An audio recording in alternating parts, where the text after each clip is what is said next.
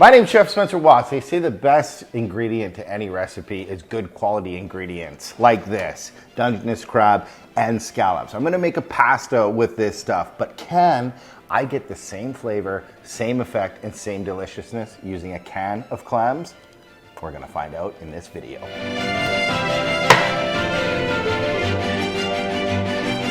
So the second pasta I'm gonna make is with the canned clams and vodka. I'm gonna make the coolest vodka sauce you've ever seen. But for this one, I'm using fresh Dungeness crab and scallops. It's like 50 bucks worth of seafood. So I need this to go a long way, and I need the shells to help me build some big flavor in the sauce. So I'm gonna break down the crab first. What I like to do is just take off the legs first from the body. That's kind of step one, so I can get at the body meat. And then these little end shells, I'm gonna keep them, but I'm just gonna take them off first. That's gonna give me some good flavor in the sauce. So that's how I break it down. So remove the legs from the body, take off that top part, and then I can get into the leg meat. To get into the leg meat is really simple. Take a knife, lay it down. You wanna give it a crack, and then just open it up a little bit on either side. And that should allow you to break it open. That beautiful, sweet leg meat is so delicious, but the shells, my good friend, is gonna give me a lot of flavor. Not yet.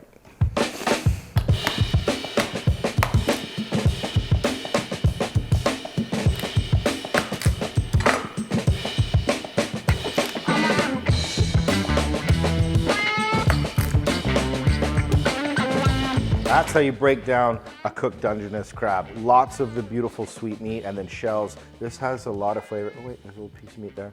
This has a lot of flavor and it's gonna give so much flavor to the sauce. Next up, onions and garlic. I'm gonna use that in both pastas.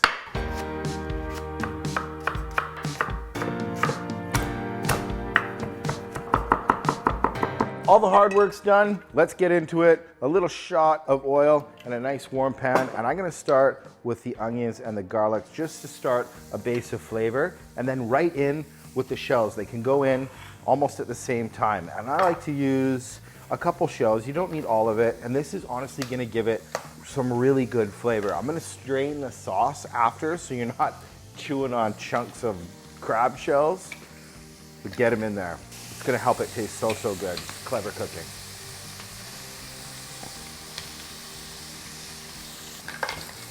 Cooking is all about telling your story. I was born on the west coast of British Columbia. This is my story. The smell of these roasting crab shells and onions and garlic smells so good. It feels like home. I love this style of cooking. I'm really honoring the Dungeness crab by using its shells for all of its beautiful flavor.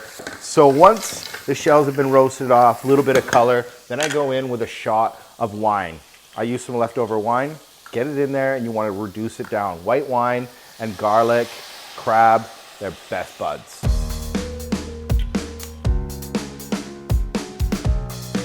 Once the wine's in there, then you can go with tomatoes. This is the nicest tomato sauce I could find from Italy. That's going in there. Dump it on, and you want to let the tomatoes infuse with the garlic and the onion and the crab shells. Roll it around, turn the heat down a little bit, and you want to simmer this. You want all of that flavor to get in there. Crab shells are going to kiss the tomatoes. Happy things are going on in this little pan. That's for the shells. For the meat, I'm gonna leave it super simple and just gently warm it with a little bit of butter. Okay, maybe a lot of butter. This is what I like to do. Lay the butter down, just like that, and then take the crab and put it on top of the butter. Put it on a low, low heat, and as the butter melts, it just gently warms the crab. So this has had about 10 or 15 minutes to really extract some of the crab flavor into the tomatoes, garlic, onion, and wine, and now I'm gonna strain it. The shells have done its job. I'm just gonna take that beautifully seafood-kissed tomato sauce out.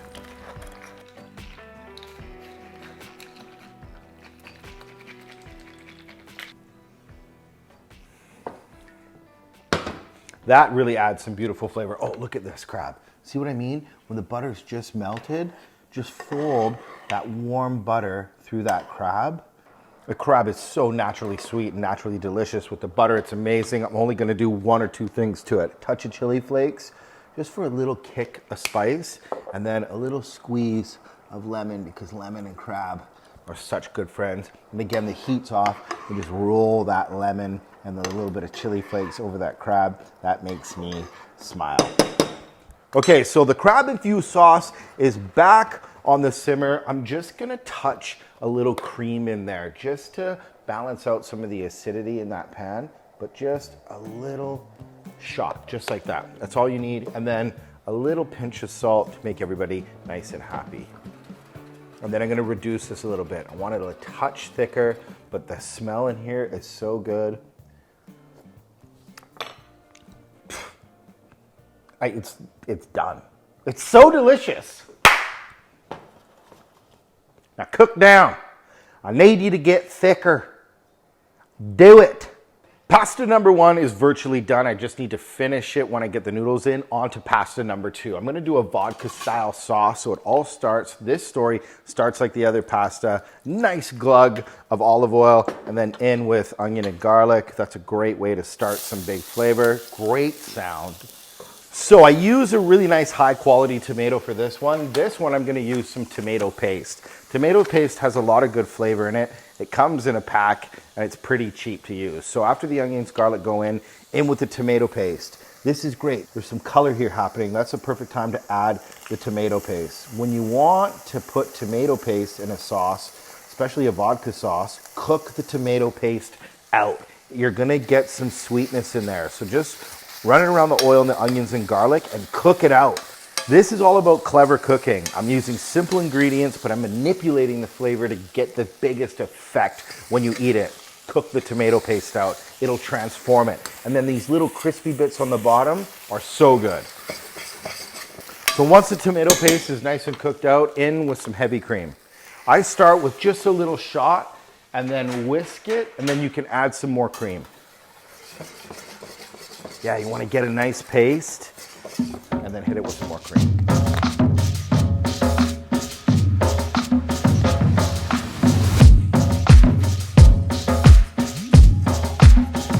What a truly wonderful color.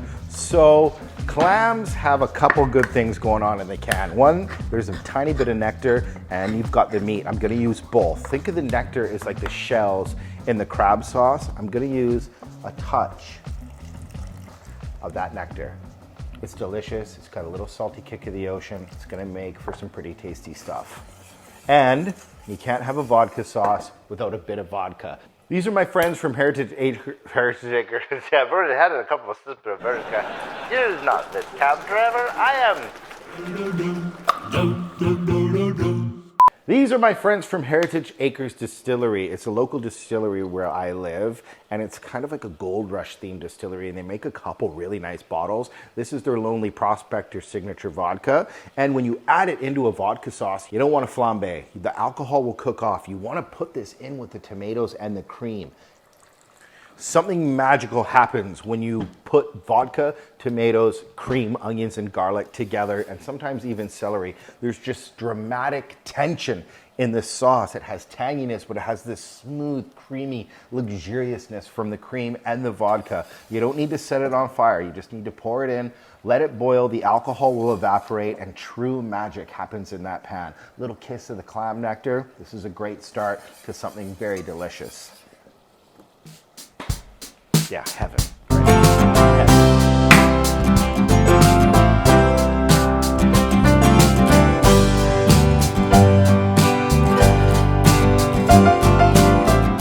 There's a couple things you need to do to a vodka sauce to really finish it and really give it balance. Normally I wouldn't do this in a tomato sauce, but a touch of sugar is gonna go a long way. That tomato paste is really acidic and you want a little touch of sugar in there. You could use honey if you wanted to. Also, I'm gonna put in a little pad of butter. It's just gonna give it some extra smoothness. A couple of chili flakes, because I like it really nice and spicy. So get some chili flakes in there. That's gonna be good and spicy. And some Parmesan cheese. It's really gonna add a nuttiness, a bit of richness. And that's how I like to finish a vodka sauce. Touch of sugar, some butter, chilies, and a lot of Parmesan cheese. And just for good measure, a tiny pinch of salt. And once that sauce is near perfection, man, it looks so good. Off with the heat, and then you can put in the clams. I don't want to put in the clams at the beginning because I don't want them to overcook. You can just sprinkle the clams in there as you turn off the heat.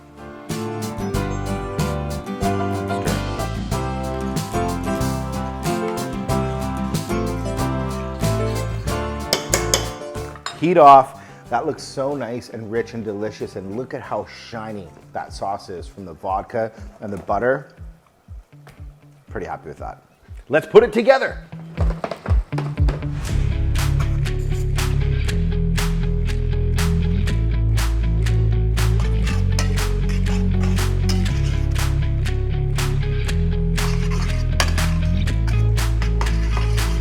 No matter what pasta that you're making, there is a few rules for me. One, I like to give it a little pasta water. It helps the sauce stick to the noodles. And talking about sauce sticking to noodles, you just want enough sauce to coat the noodle, no more. That is beautiful, perfect. Same with this one, just enough sauce to coat the noodles. So the finishing is pretty simple. They're both gonna get a touch of parsley because I like that vibrance.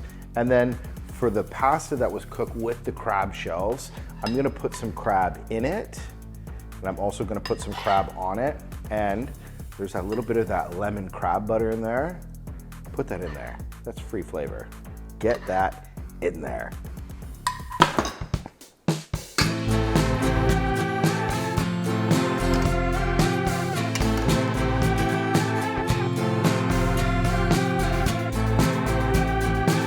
So the finishing touch for the crab pasta is some scallops. Hot pan, a little bit of salt on the top of the scallops, and then a good shot of oil. And this is how you give them a great sear. You want a nice warm pan, get the oil in there, let the oil heat up. And then this is my little tip when you're cooking scallops.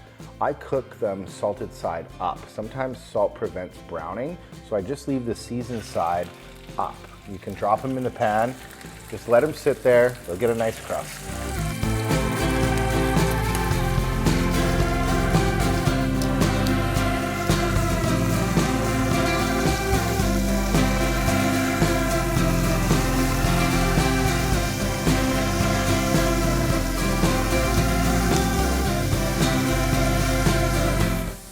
All right, let's plate it up.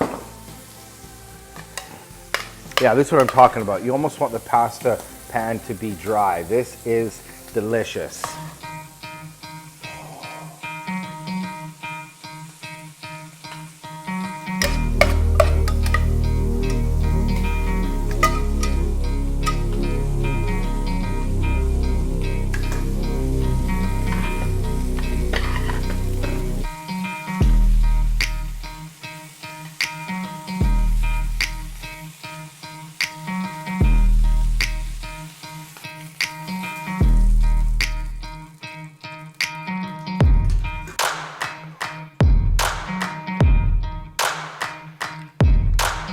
Normally I don't put cheese in pastas with seafood in it, but because of this clam with the vodka and the chilies, I'm putting a little Parmesan on it. Look at that.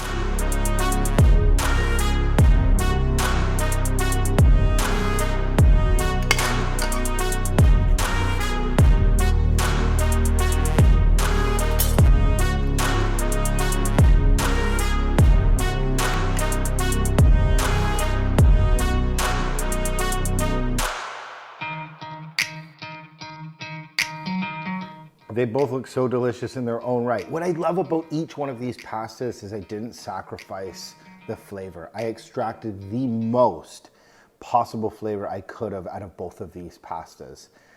And I can't wait to taste them. Which one should I go for first? This one, this one. Okay, let's do it. That's a perfect amount of sauce, just enough to coat the noodle.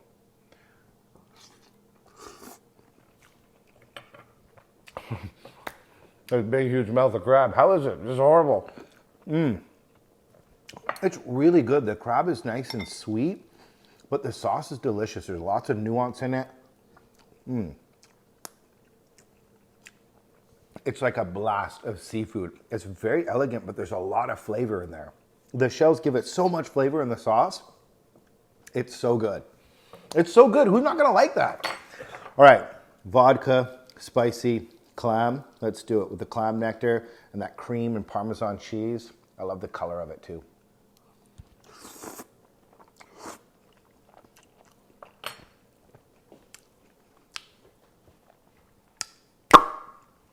It is so good. It's got a lot of spice in it, and the vodka sauce with the tomato and the cream, it is wildly delicious. You know, this one was over $50 to make, and it's beautiful and has nuance. But this one, for some reason, it's simple, it's creamy, it's spicy, it's totally effective, and it makes me happy. I think you could serve both of these pastas to the same people on different days, and they would love them equally. So the real question is expensive better? And the answer is no.